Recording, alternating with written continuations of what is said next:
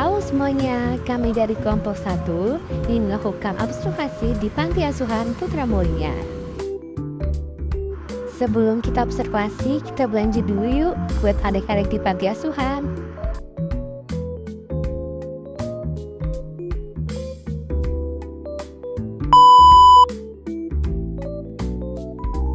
Ada nggak sih kayak kesulitan tersendiri gitu sama ketika kita ada cuman nenek saya bilang saya sejak awal saya di sini bilang kayak gini, kalau kamu ngelakuin semuanya ikhlas terus kamu apa ya rela karena Allah, insya Allah kesulitan itu udah apa ya kayak seakan-akan tuh udah bukan jadi kesulitan gitu, kayak seakan-akan ya itu kita dari ladang pahala aja. Dan namanya anak-anak itu kan kita nggak bisa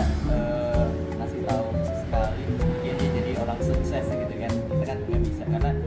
ya masa kecil kita aja pasti banyak tingkah gitu ya kan. Akhirnya jadi saya pikir juga bahwa kalau misalkan kita sama anak-anak kita nggak bisa yang minta yang instan. Kadang juga banyak orang tua yang dia tuh masih berpikiran kayak pokoknya kamu harus begini, pokoknya kamu harus begitu, dengan apa ya setelah dia mengucapkan kayak seakan-akan anak itu harus jadi nih yang sesuai diucapkan, padahal sebenarnya ya nggak bisa karena ya mereka masih anak-anak gitu,